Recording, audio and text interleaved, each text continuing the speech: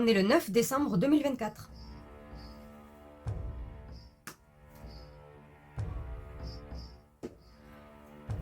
Mon tirage portera sur Bachar al-Assad, le président de la Syrie. D'abord sur sa personnalité actuellement, et quel est son but, son projet, ses missions, ses tâches, qu'est-ce qu'il veut réellement faire.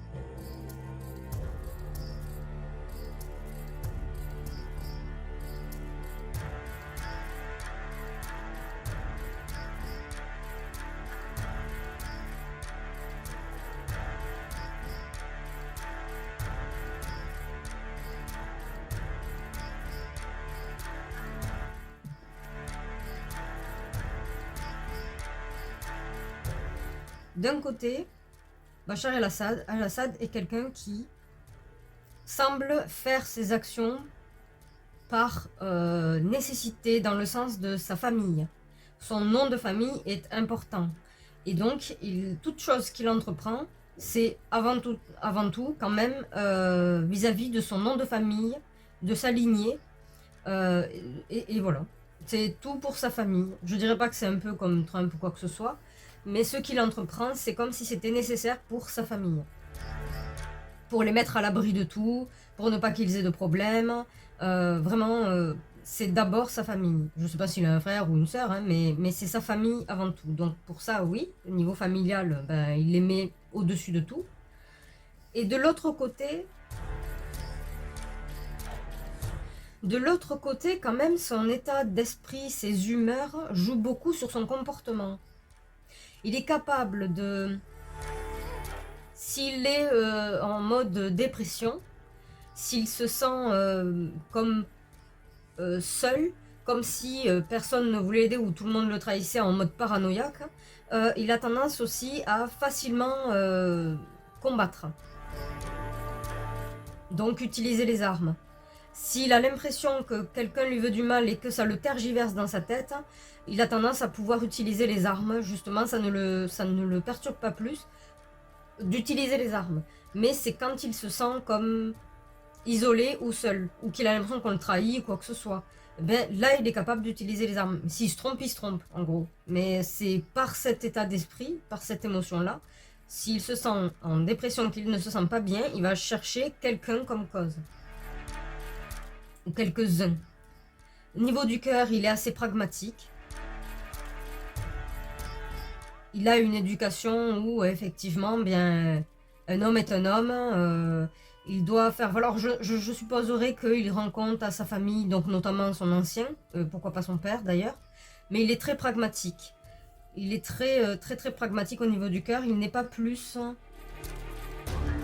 Il n'est pas touché émotionnellement, en tout cas. On ne peut pas le manipuler émotionnellement, sauf a priori les anciens de sa famille, donc son papa certainement, ou enfin, les grands-pères, tout ça là, les anciens hommes de sa famille. C'est quelque chose qui pourrait influencer son ressenti, mais c'est comme s'il rendait compte à ces anciens de sa famille, donc les hommes en l'occurrence. Comme s'il leur devait tout pour toujours. Peut-être que ça rejoint d'ailleurs cette possibilité qu'il fasse les choses pour sa famille, avant de faire les choses pour qui que ce soit, même pas le peuple. Ce qui peut le faire réagir au quart de tour. Bah, je ne lis pas quelque chose qui peut le faire réagir spécifiquement au quart de tour. Ça ne le gêne pas d'aller tuer s'il le faut, d'aller faire assassiner quelqu'un s'il a l'impression que effectivement on lui veut du mal ou quoi que ce soit et que ça le bouleverse trop, que ça tourne en rond dans sa tête. Mais par contre, impulsivité, non. Il ne réagit pas à la colère, il ne réagit pas à l'impulsivité, c'est-à-dire les réactions où on agit sans réfléchir. C'est pas quelqu'un, il est plutôt posé au contraire à ce niveau-là. Il est plutôt posé à ce niveau-là, alors ce qui fait qu'il n'est pas tant manipulable. S'il fait les choses, c'est vraiment du coup en âme et conscience. Hein. Il n'est pas tant manipulable impulsivement et au niveau de l'émotionnel, à part les anciens de sa famille, les anciens hommes de sa famille, mais c'est tout. Il n'est pas manipulable de ce côté-là, donc il est plutôt posé, on va dire, stable à ce niveau-là. Par contre, mentalement,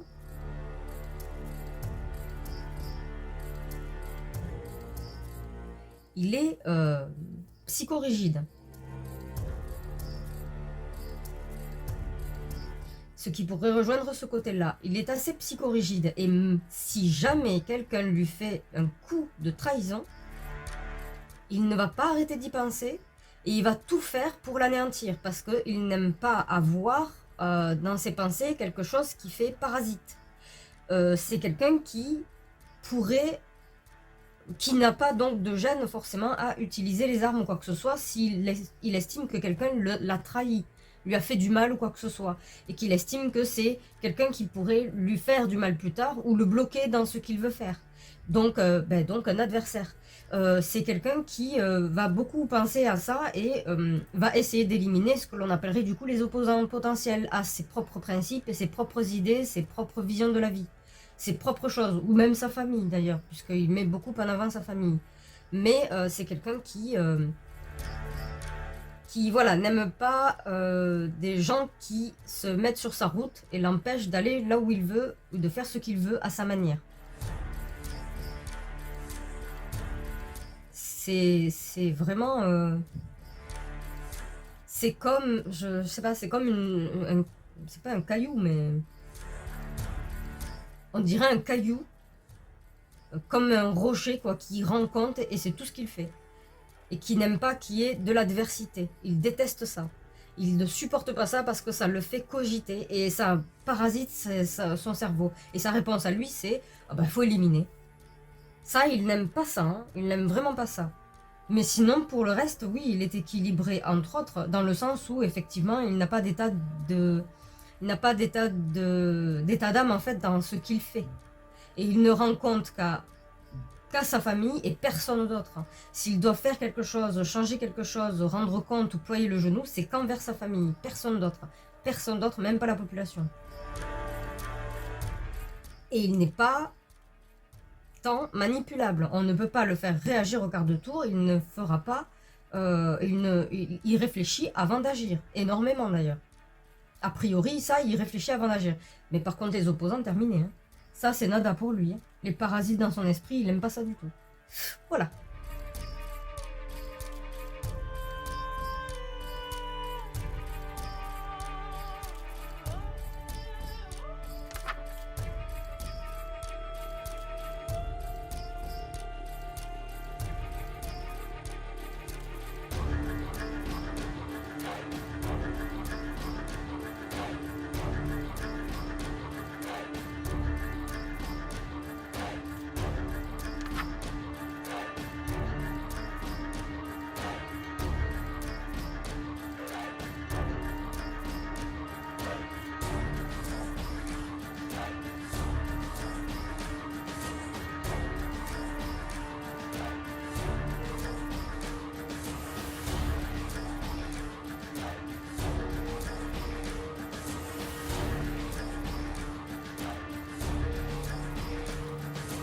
Alors, qu'est-ce que veut faire Bachar el-Assad? Je supposerais de ce fait renforcer ses frontières.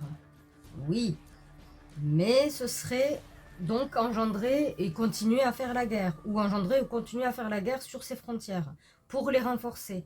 Mais ça ne servirait à rien. Il y a ce qu'il veut faire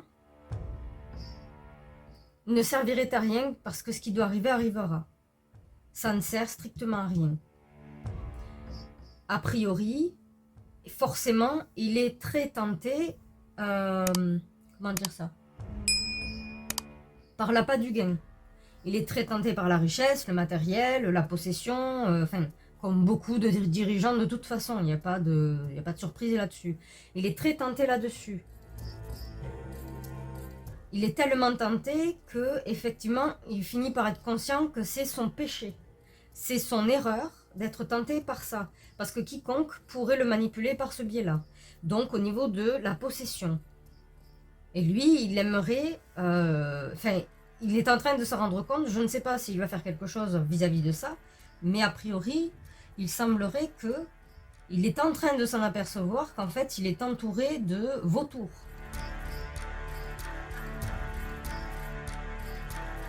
qui lui promettent monts et merveilles, sauf qu'en réalité, ces vautours lui jouent un double jeu. Ces vautours qu'il a tout autour de lui jouent un double jeu. Ceux qui lui disent être ses amis et compagnie jouent un double jeu avec lui. Le problème, c'est que c'est son point faible. On lui promet monts et merveilles, il est tenté par ça, il est très séduit par ça, par beaucoup de paroles et de blabla et de trucs favorables. Sauf que ça ne reste que des mots, les actions sont bien différentes. Malheureusement également, la vie qu'il avait jusqu'alors, il faudra qu'il en fasse le deuil. S'il avait des avantages de sa position, ou pour même sa famille, malheureusement aussi, en gros, ça dépend de quel côté on se place, mais là je parle de Bachar el-Assad, pas les autres ce qu'ils pensent.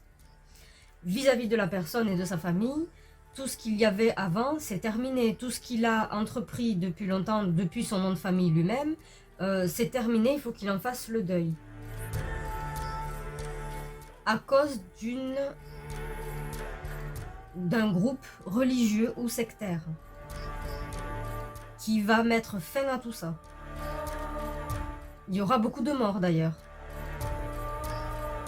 Mais lui veut se battre contre ces groupes religieux qui donc le contraignent. Lui, il veut se battre là-dessus, mais c'est beaucoup trop long, beaucoup trop rude, beaucoup trop ardu. Il veut se battre contre ce groupe religieux en question, ces groupes religieux-là. Il semblerait que peut-être il y arrive au moins une partie. Il aimerait bien y arriver, mais il y arriverait au moins une partie, mais pas dans son entièreté. Et oui, effectivement, oui, il veut mettre fin à ce groupe religieux qui pose tant de problèmes vis-à-vis de lui-même. Il y aura beaucoup de morts d'ailleurs. Il y aura beaucoup de morts, mais c'est ce qu'il aimerait. Il aimerait supprimer ce groupe religieux qui pose problème dans son pays. D'ailleurs, il va partir, qu'est-ce qu'il va faire? Il va partir en guerre. Il va partir en guerre, ce sera stratégique, donc je suppose qu'il n'y va pas tout seul, il va demander de l'aide, des soutiens, tout ça. C'est très stratégique en soi, bien qu'à la clé on lui promet qu'il se dit que de toute façon ça va réussir, qu'il va réussir à gagner. Ça va donc faire beaucoup de guerres et des gens encore qui vont mourir au nom de cette guerre. Je ne sais pas si c'est pour ce groupe religieux-là en question, mais en tout cas, il part en guerre, oui. Et le problème, c'est que cette guerre entraînera aussi des citoyens qui n'ont rien demandé, parce que quand on est... Alors, ça peut être de son propre fait, ou du propre fait de ce groupe religieux qu'il veut éliminer, qui ne fait aucune différence avec les civils ou qui que ce soit qui existe. Hein. Il y aura beaucoup de décès, oui, effectivement, encore et encore et encore, quoi. Mais il y a un léger souci. C'est comme si... Alors là, par contre, vraiment, c'est ce que je ressors, c'est que j'avais une idée au départ et en fait, non. Qu'est-ce qu'il va faire? Après cette guerre qu'il va mener où il y aura énormément de pertes, que ce soit du côté de ce groupe religieux qu'il veut éliminer, que du côté des civils qui n'ont rien demandé mais qui ne sont pas au bon endroit physiquement, quoi. Comme je l'ai dit dans son tirage de personnalité, il n'aime pas quand il y a des opposants. Il ne supporte pas qu'il y ait donc des adversaires à ses pensées, des adversaires à ce qu'il entreprend. Eh bien, lui, tous ceux qui auront choisi d'épouser cette religion qu'il veut éliminer, alors ne seront pas, je dirais pas tous tués, mais par contre, il y aura, je sais pas comment dire, c'est pas un camp de lavage de cerveau, mais on va les reformater, quoi. En gros, façon de parler, c'est un peu l'image que ça me donne, c'est comme si on allait les reformater. Pour tous ceux qui ont été tentés, ils vont être piégés, capturés, il n'y a pas de souci, en gros, de son côté, mais ils vont être aussi reformatés. Tous ceux qui ont épousé cette religion qu'il veut éliminer. Je vais affirmer ou infirmer, mais a priori...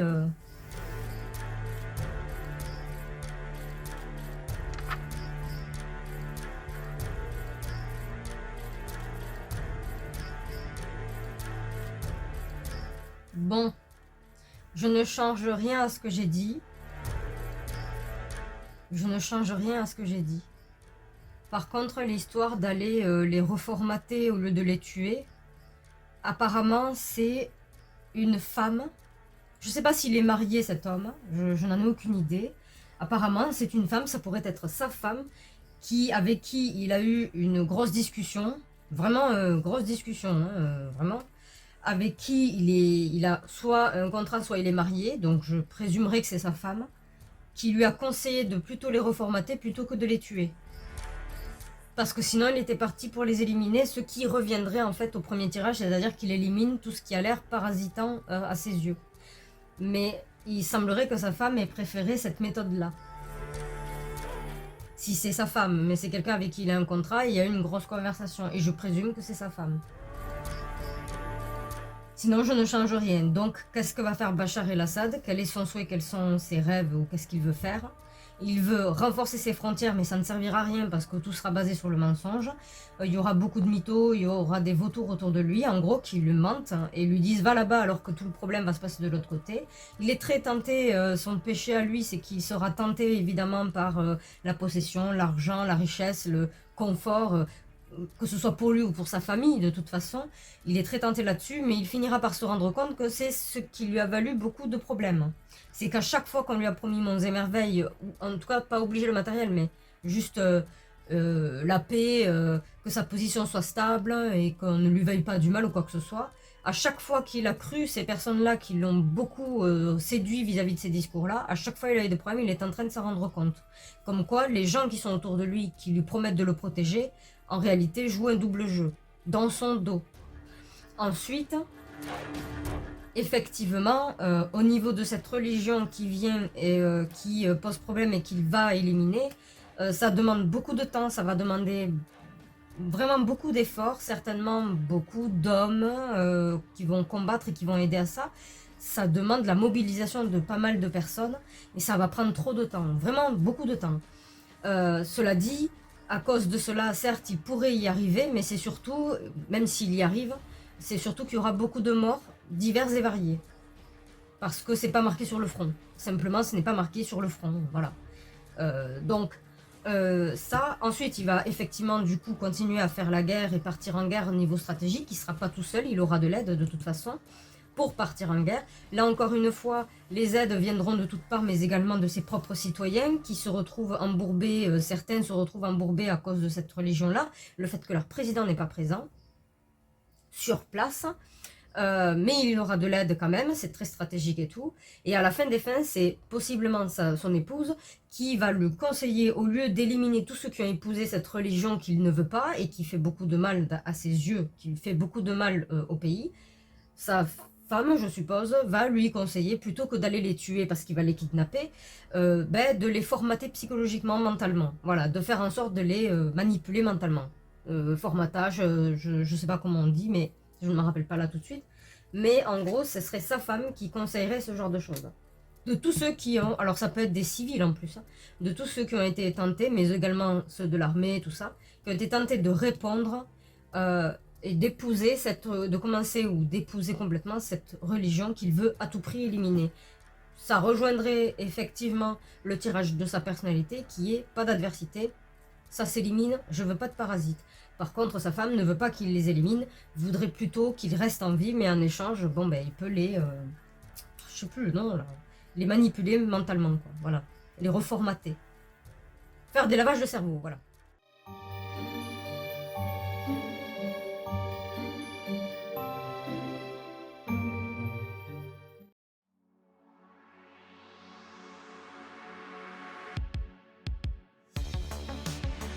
Dans l'esprit de Bachar al-Assad, la famille et la lignée occupent une place prépondérante. Chaque action qu'il entreprend vise à honorer ses ancêtres, comme s'il portait le poids d'un héritage à préserver. Sa manière d'agir est empreinte de réflexion, évitant les réactions hâtives. Pourtant, cette prudence ne l'empêche pas de se montrer impitoyable envers ceux qui osent se dresser contre lui. L'observation de ses ennemis est pour lui une tâche quotidienne, le rendant toujours vigilant et prêt à agir de manière décisive. Bachar al-Assad souhaite renforcer ses frontières et les consolider, mais cela semble voué à l'échec, car ce qu'il redoute finira par se produire. Il réalisera que tous ceux qui lui ont tenu des discours favorables et soutenu ses décisions n'étaient en réalité que des manipulateurs, cherchant à établir un climat de confiance avec lui, des opportunistes et des hypocrites, dans le but de le trahir. Bachar comprendra cela, mais un peu trop tard. Il se rappellera des paroles de cet entourage traître au fil des années, des actions qu'il a entreprises sur les conseils de ces personnes. Il se lancera alors dans une croisade contre les groupes religieux ou sectaires qui lui compliquent la vie en Syrie. Sa méthode sera assez radicale et non ciblée, entraînant de lourdes pertes parmi ses membres religieux ou sectaires, mais aussi des pertes civiles. En effet, il ne prendra pas le temps d'identifier chaque adepte dans la population syrienne, ce qui causera d'importants dommages collatéraux. Pour cela, il ne sera pas seul. Il mènera cette croisade avec des alliés et des soutiens, probablement en échange d'avantages une fois l'opération terminée. Et comme son caractère le laisse supposer, Bachar al-Assad n'apprécie pas du tout la présence de potentiels adversaires, peu importe qui ils sont. Dans sa définition d'adversaire, il inclut également les civils qui ont choisi de suivre cette religion ou secte, ou qui ont simplement contribué à son expansion, contre laquelle il se lance en croisade. Il cherchera, comme à son habitude, à les éliminer après les avoir capturés. Cependant, il semble que ce soit son épouse, ou du moins une femme très proche de lui, dont la relation doit être presque familiale, qui lui suggère de ne pas les éliminer, mais plutôt de leur faire subir un lavage de cerveau, de les reformater.